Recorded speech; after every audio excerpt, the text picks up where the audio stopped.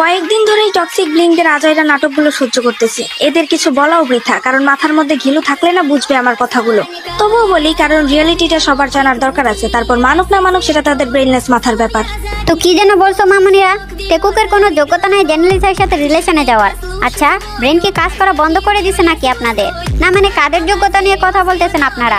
The most handsome man in the world Kim Taehyung and the record creator Jeon Jungkook, like seriously? জাংকুকের 7 song 80 সপ্তাহ ধরে billboard global Excel US চার্টে ছিল, যা সম্পূর্ণ K pop একক শিল্পীদের মধ্যে করা একটি রেকর্ড। স্ট্যান্ডিং নেক্সট টু ইউ গানটি বিলবোর্ড হট 100-এ 18 সপ্তাহ ধরে ছিল, যা কোরিয়ান একক শিল্পীদের মধ্যে দীর্ঘতম সময়ের রেকর্ড। তার অ্যালবাম গোল্ডেন বিলবোর্ড 200-এ 18 সপ্তাহ ধরে ছিল, যা কোরিয়ান একক শিল্পীদের মধ্যে দীর্ঘতম সময়ের রেকর্ড।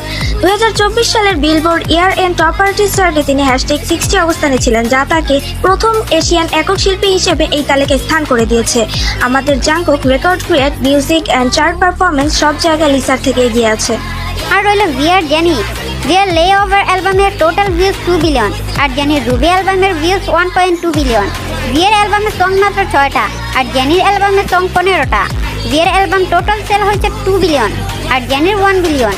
জেনি তার সোলো ক্যারিয়ার শুরু করেছে 2018 সাল থেকে, আর ভি তার 2 বছরের সোলো ক্যারিয়ারে জেনি থেকেও বেশি পপুলার। আর তোমরা কিনা বিয়ের যোগ্যতা নিয়ে কথা বলো? হাস্যকর ব্যাপার স্যাপার। আর কি যেন বলছিলা? বিয়ের চেহারা সুন্দর না? OMG, তাহলে কি দা মোস্ট হ্যান্ডসাম ম্যান তোমাদের জেনি? How funny. বিয়ের চেহারা নিয়ে কথা বলার আগে নিজের আইডলদের চেহারা ভালো করে দেখে নাও। কারণ জেনির থেকে সুন্দর দেখতে অনেক ফিমেল কেপপ আইডল কেপপ ইন্ডাস্ট্রিতে আছে, কিন্তু আমাদের ভি হলো the most handsome man in the world. আশা করি আমি যেটা বলতে চাইছি সেটা বুঝতে পারছো, আর ডিটেলসে কিছু বলতে হবে না। বিটিএসদের সৌন্দর্য আর যোগ্যতা নিয়ে কথা বলার আগে নিজের আইডলদের সৌন্দর্য আর যোগ্যতা যাচাই করে নিও। ধন্যবাদ।